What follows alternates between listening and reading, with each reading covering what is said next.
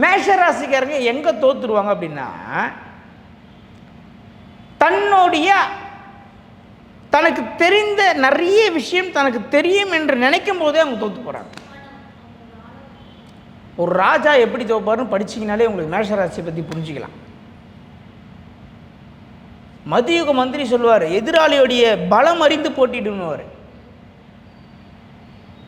ஆனால் அதை கேட்டு தான் ராஜாவே முடிவெடுத்து பக்கத்து நாட்டை கையகப்படுத்துவார்.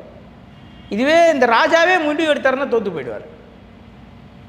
மேஷ ராசி என்பது காலபுருஷனுக்கு முதல் ராசி. ராசியாகிய செவ்வாய் வீட்டிலே சூரியன் உச்சமாவது மேஷ ராசிக்காரர்களுடைய பேச்சும் நடையும் உடையும் எல்லாமே ஒரு சூரியனை போல பிரகாசமாகவும் மென்மையாகவும் ஒரு தோரணையாக காட்டும். முதல்ல நிறைய கற்றுக்க வேண்டிய விஷயம் நிறைய இருக்குதுன்னு நினைக்கணும். எல்லாம் நம்மளுக்கு தெரியும்னு நினைக்கக்கூடாது.